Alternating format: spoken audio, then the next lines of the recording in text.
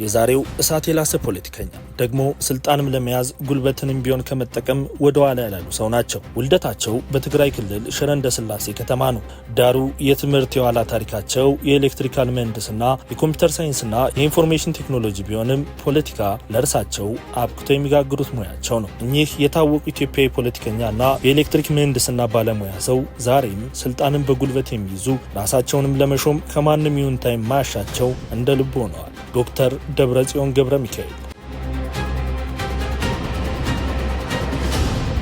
ውድ የቻናላችን ተከታዮች በሰሜኑ ጦርነት ወቅት በሰማያዊ ጓንታቸውና በአወዛጋቢ ንግግራቸው የምናውቃቸው ዶክተር ደብረጽዮን ገብረ ሚካኤል ለመሆኑ ማን ናቸው? ያልተሰማው የእርሳቸው ሕይወት አካል የቱ ነው ስንል በዚህ ጥንቅር ይዘንላችኋል። እስከ መጨረሻው እንድትከታተሉን ስንጋብዝ ለሌሎችም እንዲደርስ በማጋራት ከወደዳችሁትም ደግሞ ላይክ በማድረግና ሰብስክራይቧም ሳትረሳ እንዲሆን በመጋበዝ ነው። በትግራይ ክልል ሽረ እንዳስላሴ ከተማ የተወለዱት ደጺ በትምህርታቸው በጣም ጎበዝ ከሚባሉ ተማሪዎች አንዱ እንደነበሩ የታሪክ መዝገባቸው ያሳያል። ደብረጽዮን በአዲስ አበባ ዩኒቨርሲቲ ኤሌክትሪካል ምህንድስና ትምህርታቸውን ይከታተሉ በነበረበት በዘመነ ደርግ ለስርዓቱ መውደቅ የበኩላቸውን ሊወጡ ትምህርታቸውንም አቋርጠው ህወሓትን ወይም ህዝባዊ ወያነ ሓርነት ትግራይን ተቀላቅለው ወደ ጫካ ዘልቀዋል። በእርግጥ ብዙዎች ደብረጽዮን ከትግሉ በኋላ በሆነ መንገድ ወደ ስልጣን የመጡ ሊመስለው ቢችልም እውነታው ግን ለደርግ መውደቅ በጫካ ከታገሉት ጋር አንዱ ነበሩ። ለዛሬው ዶክተሬታቸውና የመጀመሪያ ዲግሪያቸው መቋጫ ማግኘትም ከመንግስት ለውጥ በኋላ ትምህርታቸውን በመቀጠል ያመጡት እንደሆነ ይነገርላቸዋል።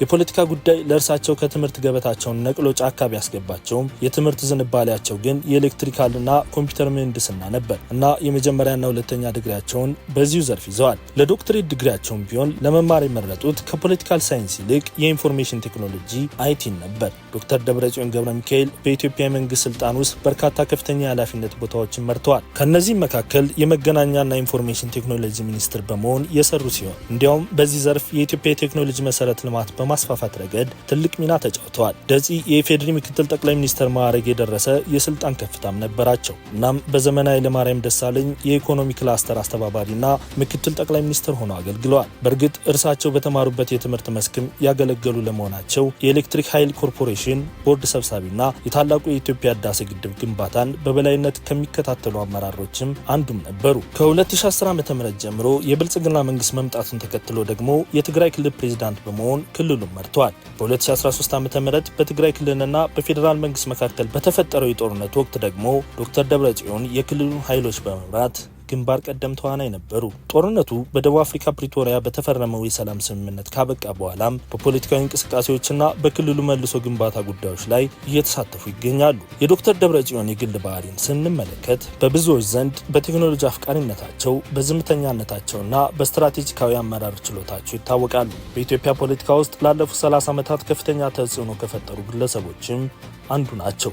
በእርግጥ የዶክተር ደብረጽዮን ገብረ ሚካኤል ፖለቲካዊ አቋም በተለይም ባለፉት ጥቂት ዓመታት በኢትዮጵያ በነበሩት ለውጦችና ግጭቶች ውስጥ ጉልህ ሚና የነበረው ሲሆን አቋሙን በሚከተሉት ዋና ዋና ነጥቦች መተንተን ይቻላል። የመጀመሪያው የፌዴራሊዝምና የህገ መንግስቱ ተሟጋች ነው በማለት ይታወቃሉ። ደብረጽዮን አሁን ያለው ኢትዮጵያ የብሔር ፌዴራሊዝም ስርዓትና ህገ መንግስቱ እንዲከበር የሚሟገቱ መሪ ናቸው ይሏቸዋል። የብሔር ብሔረሰቦች እኩልነትና ራስን በራስ የማስተዳደር መብት ካልተከበረ ሀገሪቱ አደጋ ላይ ትወድቃለች የሚል ጽኑ አቋም አላቸው። ሌላው ከፌዴራል መንግስት ጋር የነበረው ቅራኔ ከ2010 ዓ.ም የስልጣን ለውጥ በኋላ ደብረጽዮን የሚመሩት የህዝባዊ ወያነ ሓርነት ትግራይ ህወሓት ከጠቅላይ ሚኒስትር አብይ አህመድ አስተዳደር ጋር ከፍተኛ ልዩነት ውስጥ ገብቷል። ዶክተር ደብረጽዮን የፌዴራል መንግስቱን አህዳዊ ስርዓትን ለመመለስ የሚጥርና ህገ መንግስቱን የሚጥስ በማለት ሲከሱም ይደመጣሉ። የትግራይ ክልላዊ ሉዓላዊነትና ራስን ማስተዳደር በተለይ በ2012 ዓ.ም የፌዴራል መንግስቱ ምርጫን ሲያራዝም ደብረጽዮን በትግራይ ክልል ምርጫ እንዲካሄድ በማድረጋቸው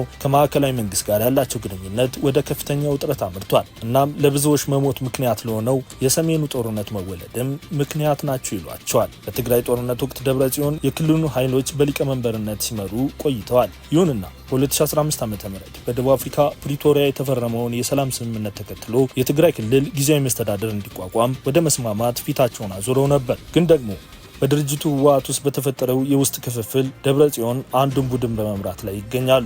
በዚህ ረገድ ያላቸው አቋም የድርጅቱን ቀጣይነት ማረጋገጥና የትግራይን ህዝብ ጥቅም ማስከበር ላይ ያተኮረ እንደሆነ ቢገልጹም በድርጅቱ ውስጥ ካሉ ሌሎች አመራሮች ጋር በስልጣን ክፍፍልና በአሰራር ዙሪያ ትልቅ ልዩነት አላቸው። ሲጠቃለል የደብረጽዮን ፖለቲካዊ መስመር በብሔር ማንነት ላይ የተመሰረተ ፌዴራሊዝም፣ የትግራይ ክልል ከፍተኛ የራስ ገዝ አስተዳደር እንዲኖረው መፈለግና የህወሓትን የበላይነት ወይም ተሰሚነት መልሶ ማረጋገጥ ላይ ያተኮረ ነው ሊባል ይችላል እና ከሰሞኑም ወደ ስልጣን ከጊዜያዊ አስተዳደሩ መዳፍ ፈልቅቀው ሊወስዱ ራሳቸውን የትግራይ ክልል ፕሬዝዳንት አድርገው መሾማቸው በአካባቢው ጭንቀት እንዲሰፍን ምክንያት ሆነዋል። ምክንያቱም ደግሞ ሰውየው ዳግም ስልጣኑን መያዛቸው ለክልሉ የምህረት ወይስ የመዓት ዝናብ እንዲዘንብ ምክንያት ይሆኑ የሚለው ጥያቄ በስፋት መነሳቱ ነው። ግን ደግሞ በብዙዎች እይታና ከሚሰነዝሯቸው ንግግሮች የሚደመጠው ለዛ ክልል ተጨማሪ ጦርነት እየጠመቁ ይመስላል። ውድ የቻናላችን ቤተሰቦች አብራችሁን ስለነበራችሁ እያመሰገንን በቀጣይ በቆንጆ ጥንቅር እንደምንመለስ ቀጠሮ ስንይዝ ቻናላችንን ሼር፣